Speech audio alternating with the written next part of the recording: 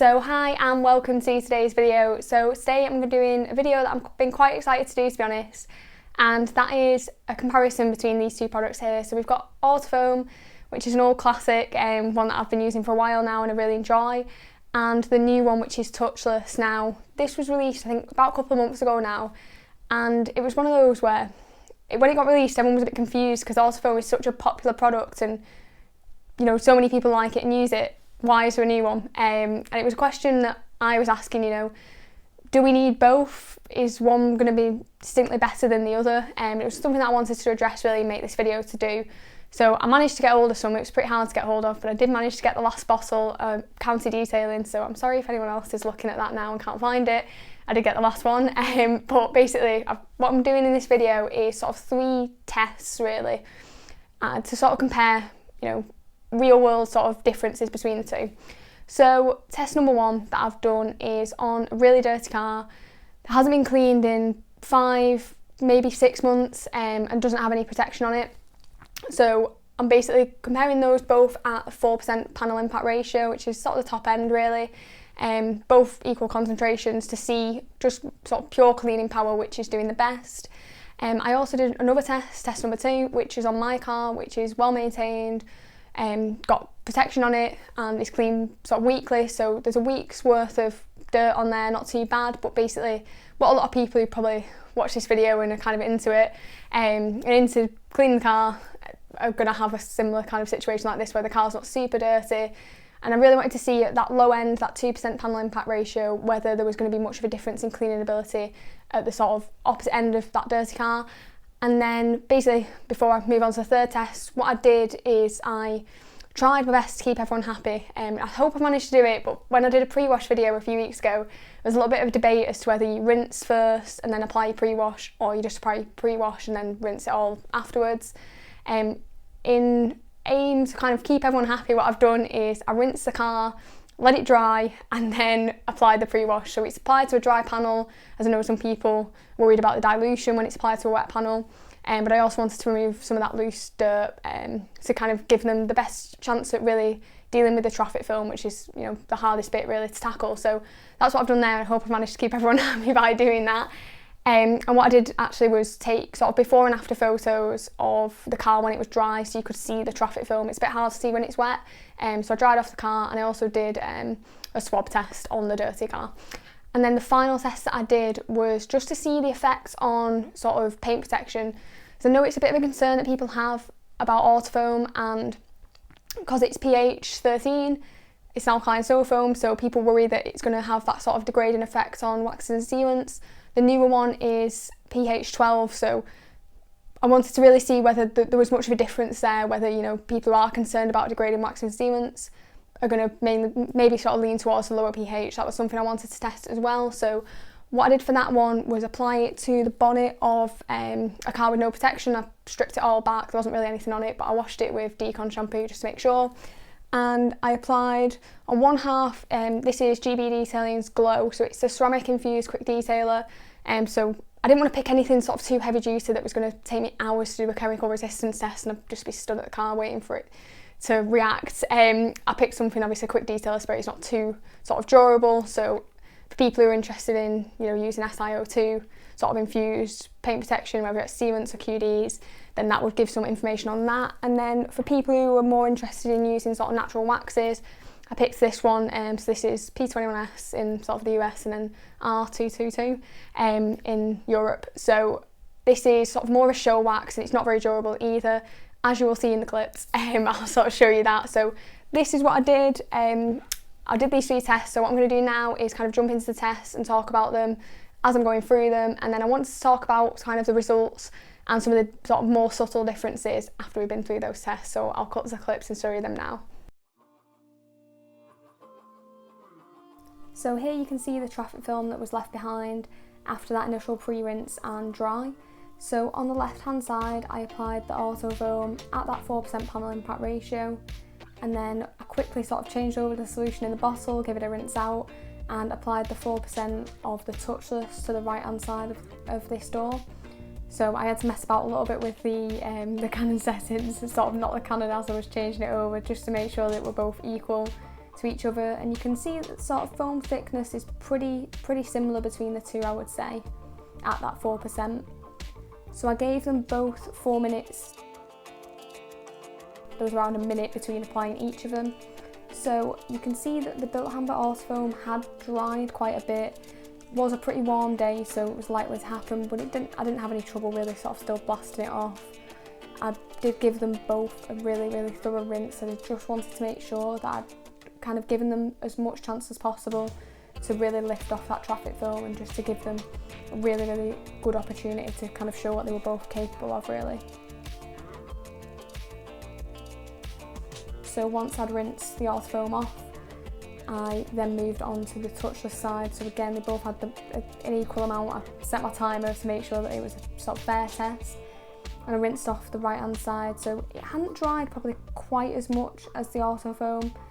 I would say that's potentially going to be an advantage in summer, although they were both sort of pretty much dry after that sort of 4 to 5 minute mark when I was rinsing it off. Again, just giving it a really thorough rinse. Gave them both an equal amount of rinsing just to make sure that the test was fair in that respect as well. And then what I did after this was just let them dry. So again, it was a sunny day, so it didn't take too long to do that. I thought it would be a good opportunity to see really how much traffic foam was left on there. So you can see the middle bit that I didn't do, and then the left of the Autofoam and the right of the touchless. So just zooming in a little bit more, you can see a bit of a comparison between the two. So it had removed sort of a good amount of traffic foam, I'd say, and both sides have done that. So this is the right hand side, the touchless. So now just showing you a comparison of a zoomed in shot of them both. So I would say there's very little, if any, difference at this point on this car between the two of them. To confirm that, I did a swipe test, and I just sort of really misted the panel just to make sure it was wet before I did this. So I did a swipe test with a cotton pad, and this isn't something I would normally do because obviously aware at this point I am inflicting scratches on this car, but if you've seen this car's paintwork when the sun's been shining on it, it's probably too dirty to tell, to be honest, but it is absolutely shot at, and the owner couldn't care less, so don't be too upset that I'm doing this. So here you can see the comparison, so the Bilt Hamber on the left and the touchless on the right. Very little difference here. If anything, slightly less on the Bilt Hamber Autofoam side, slightly more on the touchless, but I really am splitting hairs at this point. I don't know if I'm looking at it too long to kind of make this conclusion. I also did just a horizontal swipe test at the same point on either side of them. You can again see here very little to any difference between the two of them. So the next test was on my car, driven for a week, so not too dirty.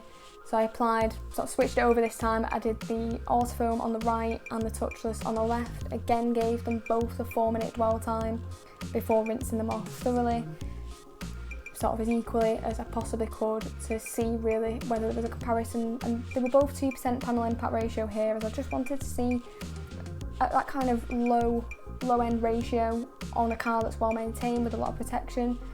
You know, is there going to be much of a difference here? We've seen it on a dirty car, so let's see it on something. You know, a lot of people are probably in this situation really where the cars aren't super dirty. If you're just looking after your own car and you do keep the protection topped up, then this is probably the scenario you're going to find yourself in most often. So here you can see what it looked like after they've been dried. So you can see that sort of strip in the centre where it hadn't been done, and then you can see a comparison now when I zoom in between the Autofoam and the touchless. I would say, if anything, the Autofoam was slightly cleaner, but I'm splitting hairs here.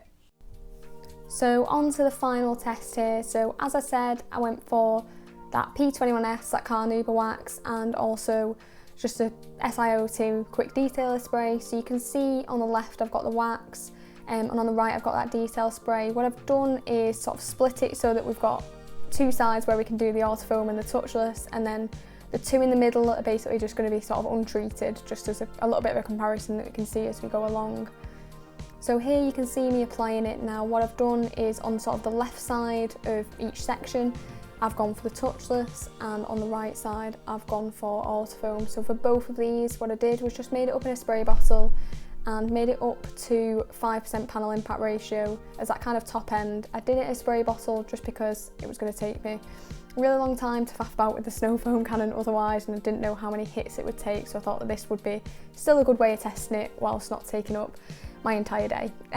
So here you can see the effects now. The SiO2 spray has really made no difference, the quick detail looks fine. P21S, on the other hand, the wax has taken a big hit here, but quite an even hit, which is more what I wanted to sort of consider. You know, it's not really, we're not really testing the durability of the wax, we're testing whether there's a difference between the touchless or the autofoam. So here I'm going in with the second hit of both products.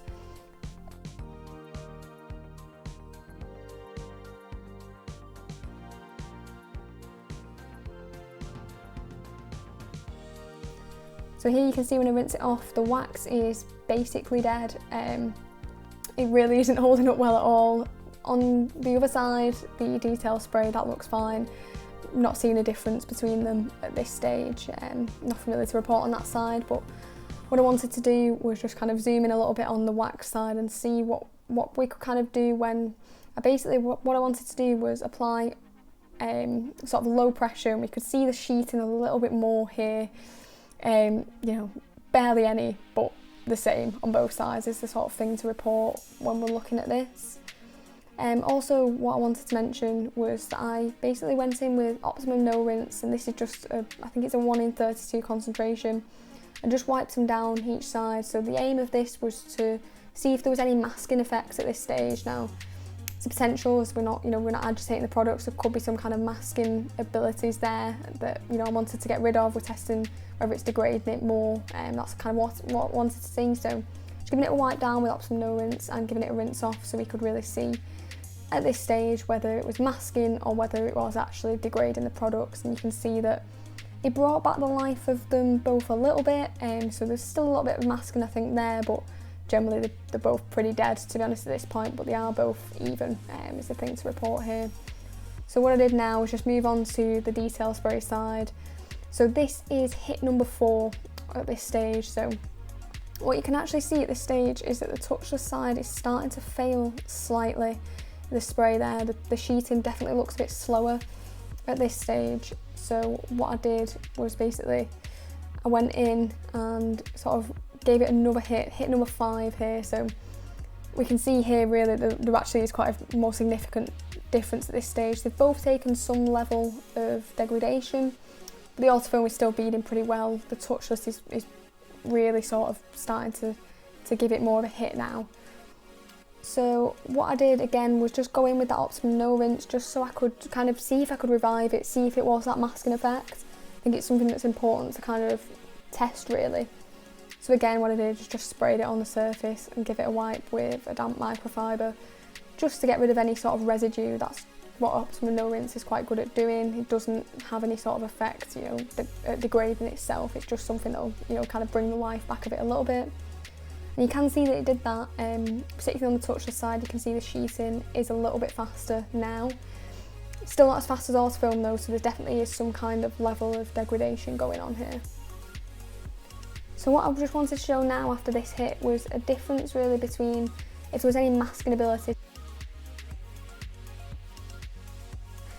And you can see that the touchless side is pretty dead. And then what I did, and I didn't film this bit, but I just basically gave it that wipe down again with that optimum no rinse, just so you can see back to back the sheeting difference here. And you can see that it does bring it back for touchless, not to the same level as autofoam, but it does do something. So I think there is a degrading effect there, but there also is a masking effect, which potentially is an issue in itself. But yeah, you can sort of see the results for yourself here, the level of sheeting, which is doing the best job.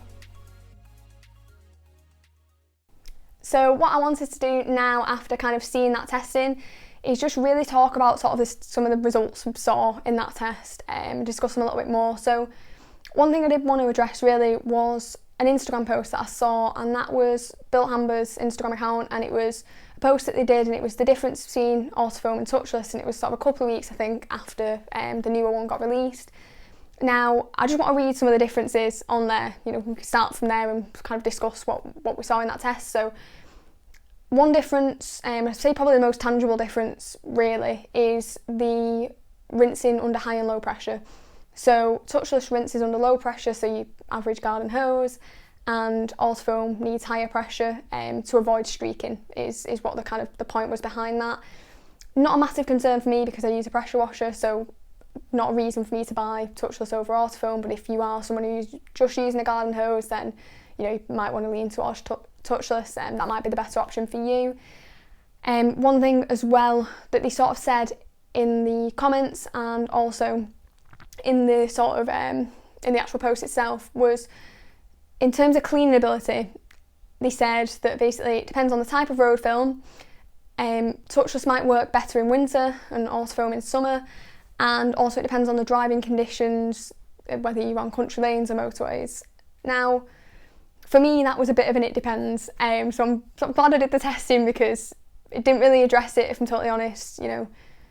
It doesn't really tell me which is actually going to have better cleaning ability. From that test that we saw on both the dirty and the clean car, I couldn't see a difference between the two of them. So, I don't know whether cleaning ability is something that we can really consider, and it's something that I wanted to consider as the main point really, because it's what I mainly look for in a snow foam, but I just can't really pick them apart at this stage with the testing that I've done. So one thing as well to know is that they are both biodegradable. One is a sugar-based surfactant and the other is a chemical that I've totally forgotten. Probably won't be able to pronounce anyway. So when you see sugar-based, you think, oh, is that going to be more biodegradable? When I saw that post, it said that they both are, so I don't know whether that's a massive concern either. And the also kind of difference as well, more tangible difference, was the pH. So that touchless is pH 12 and Autofoam is pH 13. So you would expect Autofoam being more alkaline to have sort of more kind of degrading effects on waxes and sealants. That's generally why people get a bit worried about using alkaline snow foams, but as you can sort of see from the tests that I've done, I don't know whether that's a massive concern that we should be having. Maybe at some point later down the line I'll do a few different kind of snow foams, different pHs, and we can see what kind of effect that has. But from that test really, it's clear that pH isn't the be all and end all when it comes to that degrading effect. Now, touchless did sort of kill the SiO2 spray faster. It also tended to have more of a masking effect, which is a little bit more of a concern, I think, in some situations, because I know some people like to use Autofoam as sort of a winter wash routine where they just do sort of a contactless wash, basically Autofoam the car or Surfex HD or whatever, rinse it off and call it a day because the car's probably going to get dirty the next day anyway. If you're into that approach, then it's probably going to be Autofoam that's going to be the best one, because touchless seems to be adding that sort of masking effect. And when I used Optimum No Rinse to sort of revive it a little bit, it did come back, but obviously that's not something you're going to be doing if you're doing a contactless wash. If you're doing a contact wash, then obviously probably going to have less of a difference, but again, even when I did use ONR, it didn't come back completely, and it didn't come back to the same level as Autofoam. So I'd say in terms of sort of the sort of health of your paint protection, Autofoam looks like it has the edge there. Another thing to note is the thickness. Now, I couldn't see any difference between the thickness of these two. Not much more I can say about that. Now, really, what I was hoping with this one, with this new one, this touchless, would it address sort of the kind of issues that Autofoam had? Now, it's snow foam that I absolutely love. I've been using it for a long time now, and it is one of my favourites, if not my favourite snow foam, because it just has really good cleaning ability, and that's what I want from a pre-wash. Now, in terms of shortcomings, it's the pH level is a concern for people. It's not a massive concern for me because I keep the paint protection topped up, and I haven't really seen an effect of Autofoam sort of killing it, and from that test I'm not really particularly concerned about it either.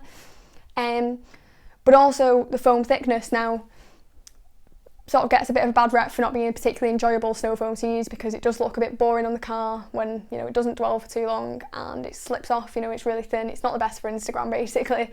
So that's a concern for some people. Again, it's not ever stopped me from using it. It's still one of, if not my favourites, but I don't think touchless addressed either of those concerns for me. In terms of the effects of the wax and sealants, yeah, the pH is lower, but did that do anything? No, in fact it actually was worse. And in terms of foam thickness, again, like I said, it was the same. So now I'm sort of asking myself the question here, is there a reason to get touchless if you've already got Autofoam? I would probably say no.